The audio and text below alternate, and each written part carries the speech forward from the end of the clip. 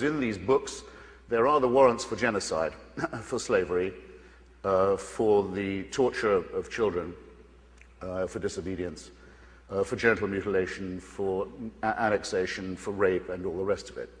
It's a very good thing that this is man-made. There are those who say that they wish they could believe, and I suppose a decent atheist could say that if only for lack of evidence he wishes he or she could. I can't be among their number. I'm very glad it is not true that there is a permanent, unshakable, unchallengeable celestial supervision. A divine North Korea in which no privacy, no liberty is possible from the moment of conception, not just till the moment of death, but until well after.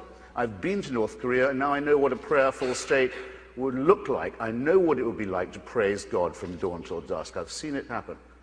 And it's the most disgusting and depressing and pointless and soulless thing you can picture. But at least with North Korea, you can die and you can leave. Why now? Why am I doing this now, people ask. Well, I'll tell you why now. Because in the last few years, it's become impossible to turn a page of a newspaper without being, as the religious would say, offended.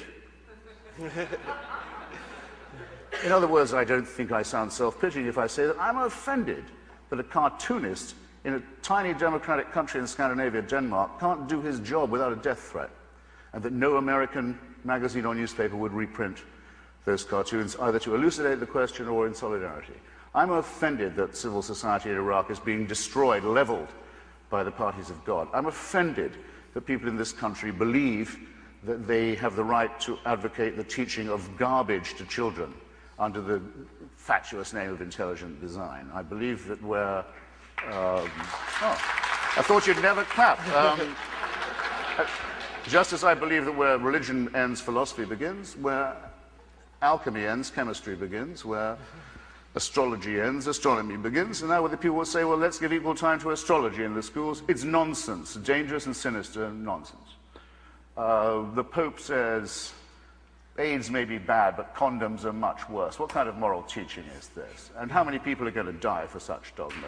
You see what I mean? So I've said repeatedly that this stuff cannot be taken away from people. It is their favorite toy, and it will remain so as Freud said in The Future of an Illusion, it will remain that way as long as we're afraid of death and have no problem, which is, I think, likely to be quite a long time. Second, I hope I've made it clear that I'm perfectly happy for people to have these toys and to play with them at home and hug them to themselves and so on and share them with other people who come around and play with the toys. So that's absolutely fine. They are not to make me play with these toys. Okay? I will not play with the toys. Don't bring the toys to my house. Don't say my children must play with these toys. Don't say my toys might be a condom. Here we go again. Are not allowed by their toys. I'm not going to have any of that. Enough with clerical and religious bullying and intimidation. Is that finally clear? Have I got that across? Thank you.